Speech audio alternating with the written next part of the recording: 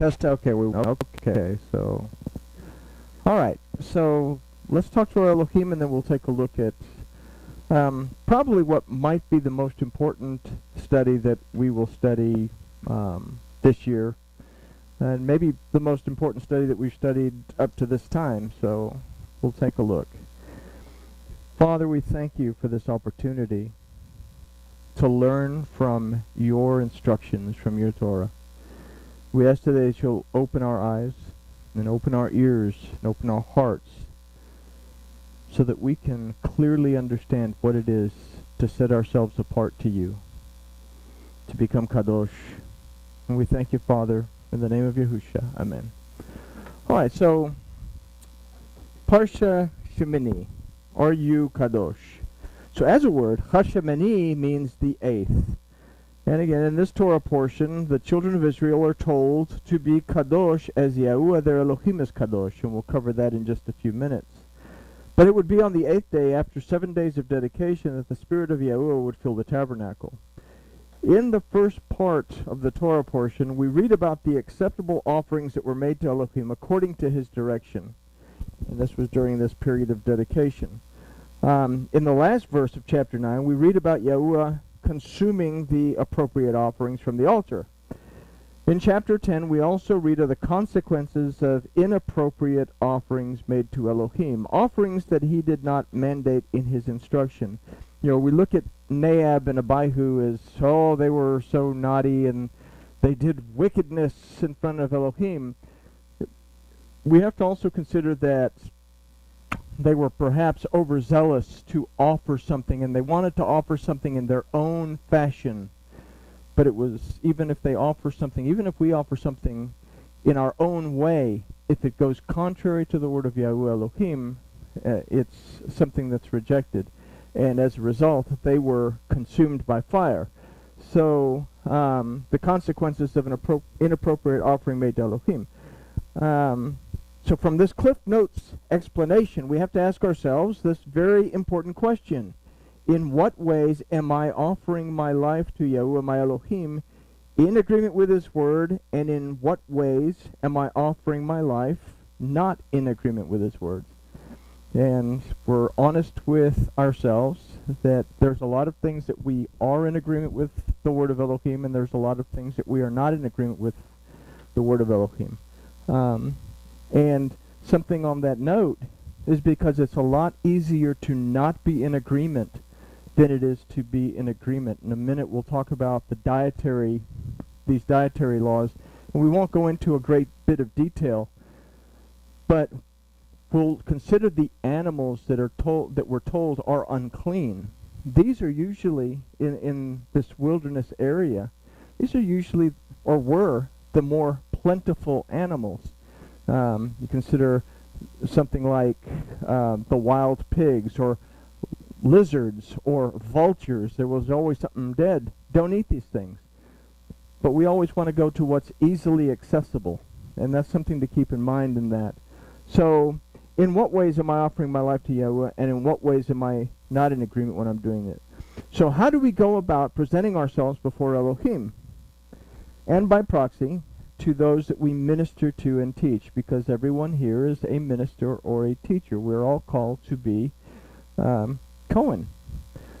So let's first consider Vayikra, Leviticus 10:8 through 11. It says, and Yahuwah spoke to Aaron, saying, so we have to consider that we too become bringers of light, that's what Aaron means, into the lives of those that we meet.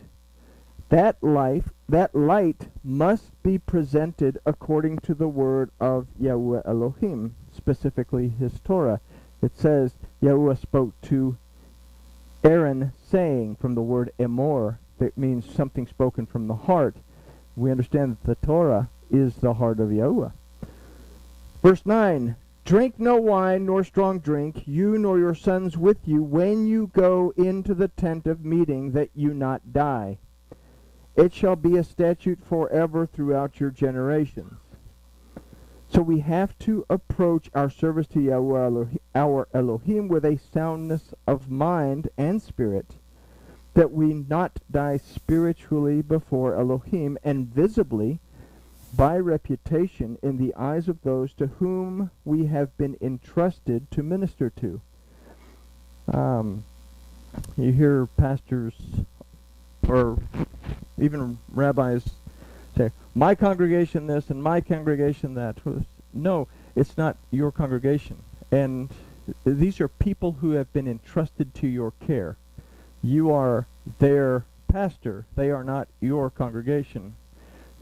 And this is a mentality. We run into all kinds of people who, whether we want to admit to it or not, are entrusted to our care. Okay?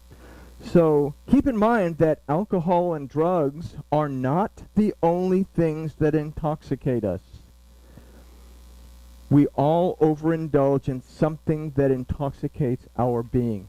And this is a very important concept because we are going to take a look at the dietary laws. You know, we look at all this stuff. We can't eat the pulled pork sandwich, and I can't eat the ferret. Anybody want a guinea pig? Ecuador, they're called pua. It's a delicacy. You know, I can't eat the vulture. Yeah. But underlying every name given to these animals deals with a physical, spiritual, or mental aspect that we allow ourselves to be intoxicated with. So we're going to take a real brief look at that. Verse 10. And that you may, I got these trifocals now, so I'm just like, okay, which one do I use? Okay, I got it here. I got it targeted in. And that you may put a difference between the kadosh and the common, between the unclean and the clean. Again, not to put a difference between something that's holy and divine, but to put a difference between those things that are specific to the service of Yahuwah Elohim, set apart for the single purpose of worshiping, and those that are not. Okay? Between what is unclean and what is clean. And 11, that you may teach the children of Israel all the statutes which Yahuwah has spoken to them by the hand of Moses. Again, what is the hand of Moses? Well, it's the Sefer Torah, so we still have the explanations of the Torah as given by Moses. So, we firstly must know what it is that we must dedicate ourselves to, as opposed to those things that are not relevant. What is relevant in a relationship with Yahuwah Elohim? What is not relevant in a relationship with Yahuwah Elohim? We must also know the difference from what is truth and what is not truth in our service to those to whom we minister to, and especially in our relationship to Yahuwah Elohim. This must be done in the right frame of mind. We read in verses 12 through 20 that Aaron was to offer the goat for the sin offering and then eat his portion along with his family. Moses comes in and finds the burnt offering on the altar that's been pretty much toasted, indicating to him that Aaron had not performed his duties in this case, and accuses Aaron of not doing his duty as a Cohen. So Aaron had just lost 2 sons because of their inappropriate behavior, and was not in the right frame of mind to minister to Elohim on behalf of the people entrusted to his care. So let's consider that in light of verses 17 through 20 when he is approached by Moses. It says, Moses, why have you not eaten the sin offering in the place of the sanctuary, seeing it is most kodesh? And he has given you to bear the iniquity of the congregation, to make atonement for them before Yahuwah. Again, we have to understand that we have a responsibility to those to whom we minister to, and we all minister to someone at some time. The question is, should we minister to others when we are not psychologically or spiritually stable? So let's get a Torah perspective. Behold, the blood of it was not brought into the sanctuary within. You should certainly have eaten it in the sanctuary as I commanded. So in this verse we can consider that we have everything that we need to properly serve one another and those who are entrusted to us. But as we're going to see in verse 19, just because we have the tools doesn't mean that we should put them to use if we are not mentally and spiritually prepared. It says, 19, and Aaron spoke to Moses, behold, this day have they offered their sin offering and their burnt offering before Yahuwah. and there have befallen me such things as these, the loss of his children. And if I had eaten the sin offering today, would it have been well-pleasing in the sight of Yahuwah? Can I serve Yahuwah my Elohim with the fullness of my being if my mind is somewhere else? Okay? If you have a problem with something, lay your gift at the altar, go get it straightened out, and then come back and offer your gift, is something that Yahusha kind of told us about. 20. And when Moses heard that, it was well-pleasing in his sight. So Aaron, although instructed not to grieve over the deaths of his two sons, and in the Torah portion it says, don't tear your clothes, don't freak out, wig out, and stress out. They're dead because they brought it on them. You don't grieve, all this. But even though he's instructed not to grieve over the death of his two sons, it is only human. He cannot help but to grieve, and he recognizes this weakness and the potential injustice that, turn the page, he would do in the service to his people in this state of mind. Can we help someone else if our mind is a million miles away from what that person needs? Okay? So he was not in a state of mind to give his best. So topically from this verse, we have to take into account that if our mind is elsewhere when we are to minister to others, it's best not to do so until we are in the right frame of being. There are times when prayer for our own well-being must take precedence over ministering to or teaching others. That's an important concept. There are times when we have to stop and pray for ourselves. Okay? There are times when you have to fix the cup of tea, get the crackers, and sit down and have a conversation with the boss to get yourself undiscombobulated. All right? So, it's not possible to adequately love another if we cannot love ourselves first. So with what we've considered, why would dietary laws be relevant in this Torah portion? Why give us this information and then all of a sudden go into a whole bunch of dietary restrictions? Maybe he was short on time and he wanted to just crunch it all together, or are these two aspects related? So what we consider is that physical food is not the only thing that we consume. Each of the animals listed have a mental, social, or spiritual relation in the Hebrew language. And it's this relationship or connection that we must be aware of. We don't just eat food in its physical form. We eat the food of those things that affect us psychologically, spiritually, and socially. I've got a study that I'm working on to lay out all the animals, but let's just go through a few of them. Let's go through a few of them just to kind of get an idea. And it's Vayikra 11, and we start with something that we're kind of aware of. Vayikra 11, verse 3. Whatsoever parts the hoof and is wholly cloven-footed, and chews the cud among the beasts, that you may eat. Okay, oh great. So if it has a cloven hoof and it chews the cud, in other words, it swallows it down, spits it back up, and chews on it some more, and swallows it down so that it goes into the second stomach and then into the third stomach, it's okay to eat. And it's a good thing, because from that we get the big old hatchet ribeyes. But what does it mean? What does it mean? This is the question that we have to ask when we're looking at stuff like this. What does it mean? This word for whatever parts the hoof. The word there is parashat. Okay, we're reading a Torah portion. It's a division of the Torah. But it also means 2 points of view. Okay? So let's consider an idea of what this tells us. Understand options. Think things through before speaking out or acting. Okay? You got to have two sides to that story, because there's always two sides to the story. Sometimes there's three sides to the story. If you want truth, you have to have the beginning, the middle, and the end, but there's two sides to the story. You have to take both of those in, chew on them, Let them digest. Sometimes you have to spit them up and chew on them some more.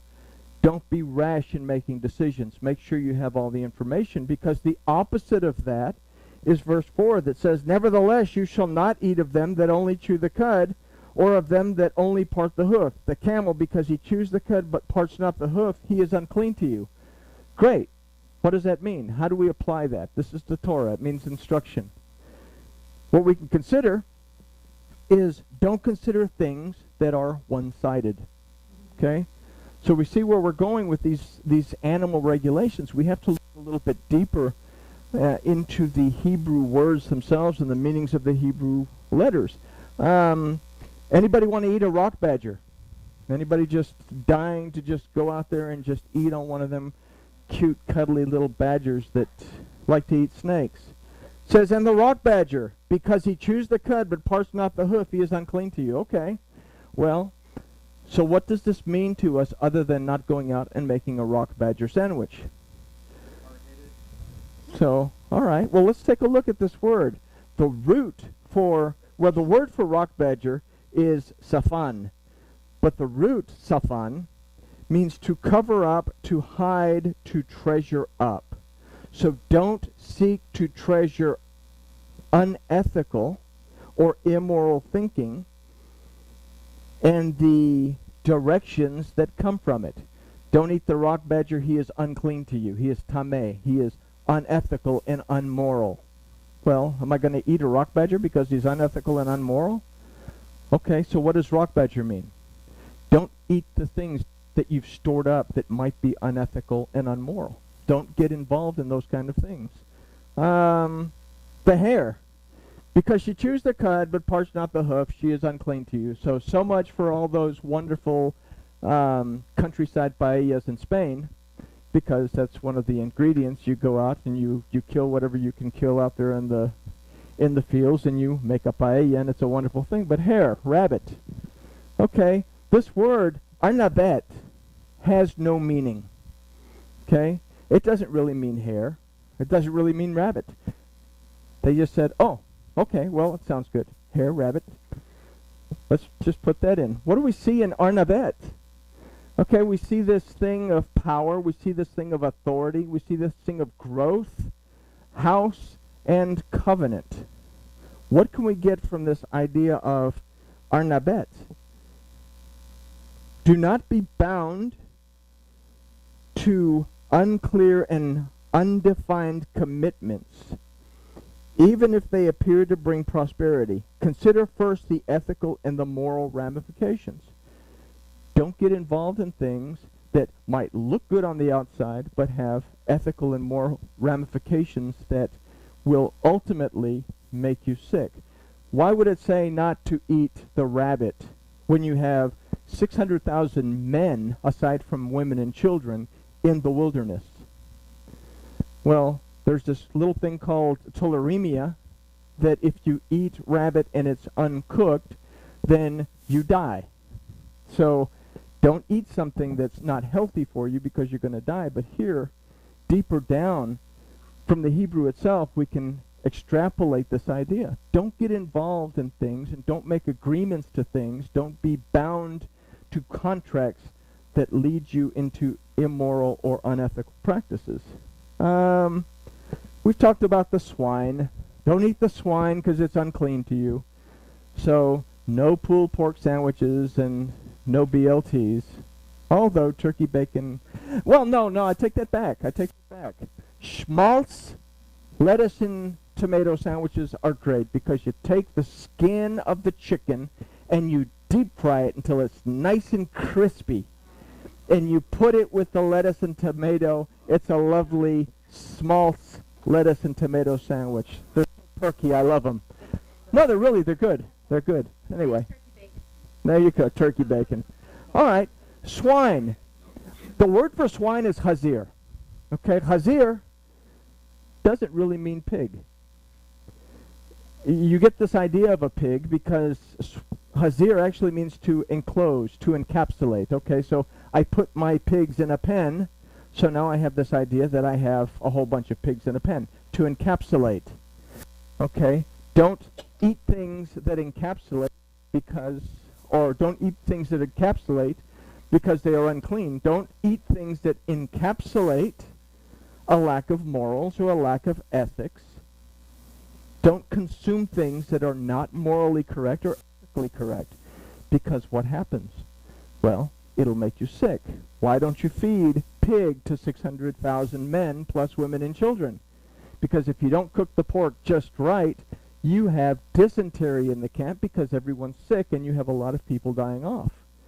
But we see there's an underlying meaning for us today. I mean, you can eat pork raw today. The stuff glows in the dark. They put so much stuff into it. Okay? But the idea here is don't consume things that encapsulate a lack of ethics and a lack of morals. Okay? What are we moving towards? We're moving towards becoming dedicated to the single purpose of being in a relationship with Yahweh Elohim so that we can move that dedication into everyone that surrounds us. What this is saying is take in the right stuff so that you clean yourself up. Let's do another one.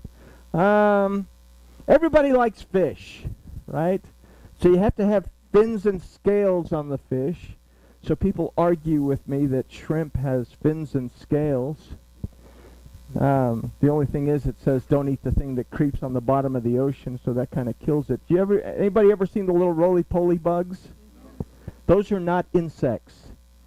Those are actually relatives of the shrimp family. They are land crustaceans, as are, drum roll please, cockroaches. Okay? So, you know, there's nothing like having a big old paella with the delicious saffron, and you have the chicken in it, and then you have right there the delicious roasted cockroaches. Okay? All right. So, fins and scales. Fins and scales. So, okay, we say, well, sea bass is okay because it has fins and scales. I can trout because it has, salmon has fins and scales. But what does it mean to us, fins and scales? Fins. What do fins do? They guide the fish through the water. They stabilize the fish so he doesn't end up upside down. Okay? Then we have this word, which is, let me get stabilized here, kaskaset, that means scales. Kaskaset really doesn't mean scales. It means the armor that you use to cover your body to protect you. Okay? But within the Hebrew of this verse, this word actually means it protects your reputation. So what do we see in this? We have seas, this word for seas that is yam, that means something that is not clear, unknown. Then we have this word for rivers that is nahal, that means physical, mental, spiritual possessions. It refers to an inheritance. So what can we get from this? Consider what covers your reputation. Don't consume, if we go down to this next verse, and that which does not have fins and scales in the seas and the rivers, the swarms and the waters, that is something detestable to you. So obviously don't eat stuff that doesn't have fins and scales. But we look at the Hebrew and we tear this Hebrew down. We come up with an idea of do not be involved in things that can adversely affect your walk, your stability, and your reputation ethically and morally. You will lose your inheritance physically and spiritually. Okay? So, makes a little bit more sense than worrying about whether or not I ate catfish that was fried. I didn't like catfish when it was cool to eat catfish. I mean, it's kind of muddy.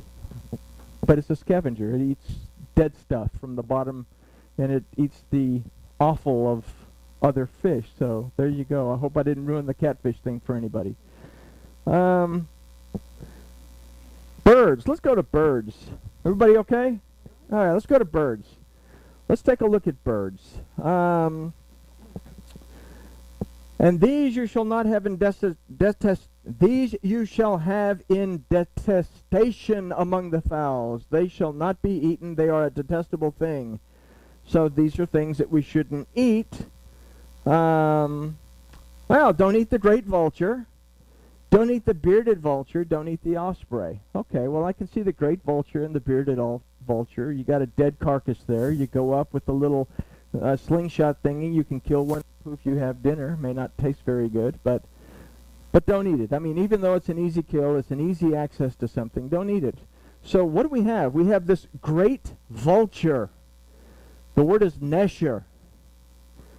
It means self-wounding. Comes from that root, self-wounding. Self-wounding as in to not let go of grudges. To not be forgiving. I can hear bells, but it's not a shofar. We're good. Okay? So don't eat things that are harmful to you. Don't consume yourself by holding on to grudges and harmful feelings towards other people. The bearded vulture. Everybody wants a bearded vulture sandwich. Again, the root of this is paras. That means divided, but in this case it means a division like a double-minded division. Don't be wishy-washy. Make up your mind, know what you want. Don't consume things that force you to go back and forth between one thing or another. You have to be resolute. Bearded. We just talked about the bearded thingy. Osprey. Everybody wants an osprey. So osprey is a dependence on always being right. Personal issues, social issues, political issues. Comes from the root oz.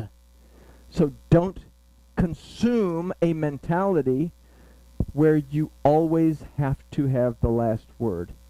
Not everybody is always going to be right. If I always consider that I'm always right, then I'm not going to be very effective up here because I depend on people telling me that I'm wrong so that I can become a better teacher.